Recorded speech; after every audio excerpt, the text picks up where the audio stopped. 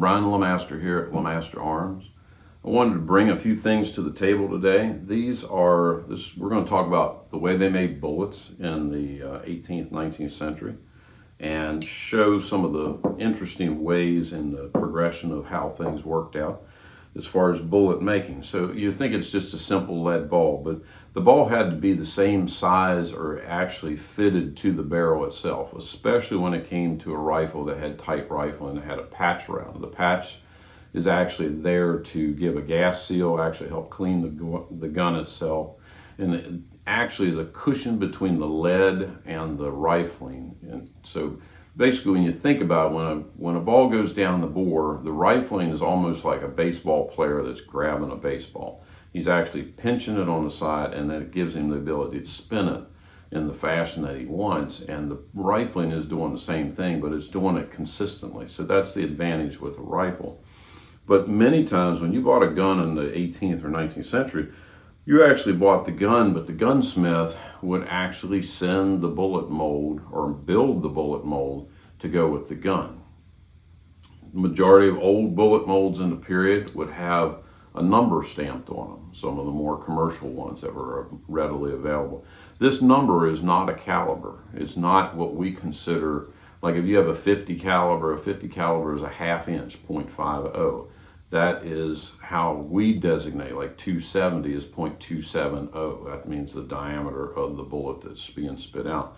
These numbers here are actually balls to the pound. If you say, I have a 16 gauge shotgun, a 16 gauge shotgun means if you take a pound of powder and you make a round ball that fits that bore size tight, it is a 1 ounce ball. So that means it makes 16 balls to the 1 pound of powder. That's the way the measuring went at the time. So these bullet molds that have the number, that says 40. So that means it threw 40 balls to the pound is what was shown. If you look, this is something I picked up years ago, probably one of the neatest finds I had in a long time.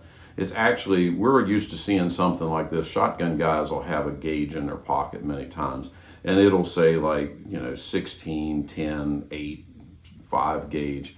What that is you drop it down, it's just a bore gauge. We don't normally think about it in the form of all the way down to this little guy, which is measuring how many balls to the pound. So if you drop on this, and the way it measures out, and I'll try to get some better photos, it's stamped all the way through with the numbers. So an armorer, say if you were a gunsmith or an armorer and you had this kind of a gauge in your disposal, a man could come in with his gun, you drop the bore down in there and you set it there and you go, okay, you're at 87 balls to the pound or maybe 40 balls to the pound. And if he had a pretty good arsenal of tools, some of these cherries, and this is called a bullet cherry, and what they're for, let me get one that's more realistic to the size. They are actually tools that ream the inside of a bullet mold itself. So a gunsmith may have a whole array of these.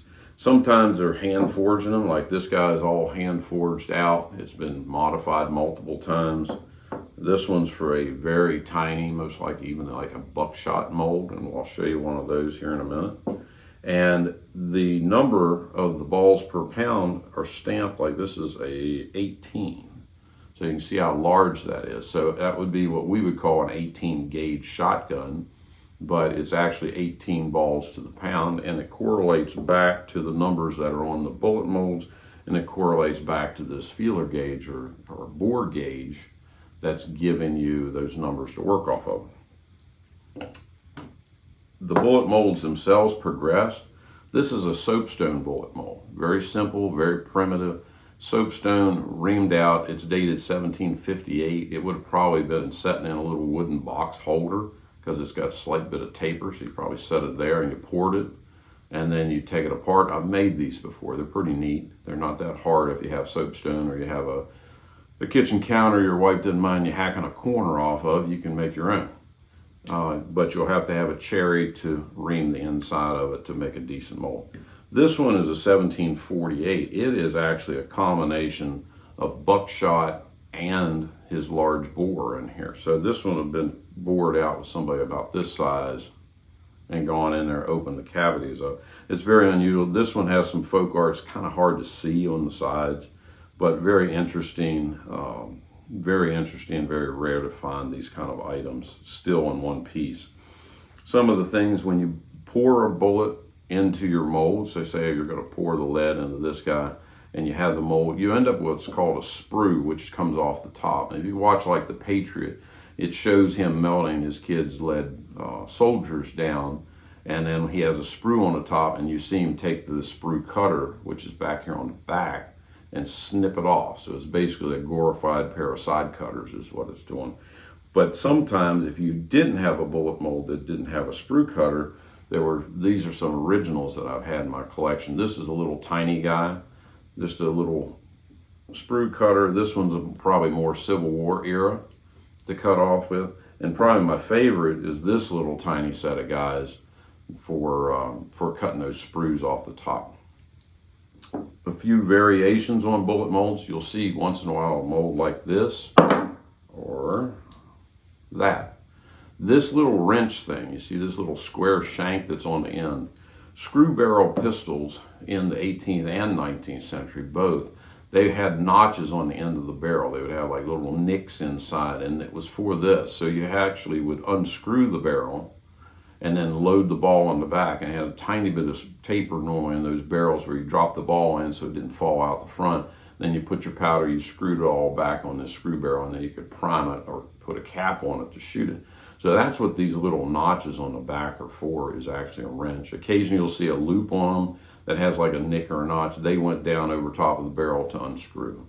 These are very handy. There's references historically where guys are pulling splinters and things out of their body, you know, whether it was an explosion from a cannon, they had shrapnel or something. They're using these like pliers. I know for a fact that, you know, we've had our dogs before get into porcupines on trips where it is a necessity to have a pair of pliers or something, a bullet mold that comes absolutely tight so you can pull quills out of your pup's sometimes face or the backside. Anyway, a little bit about bullet molds, a little bit about how they're made, and balls to the pound. So I hope that informs you, helps you a little bit, and we like having fun things to show. So thank you.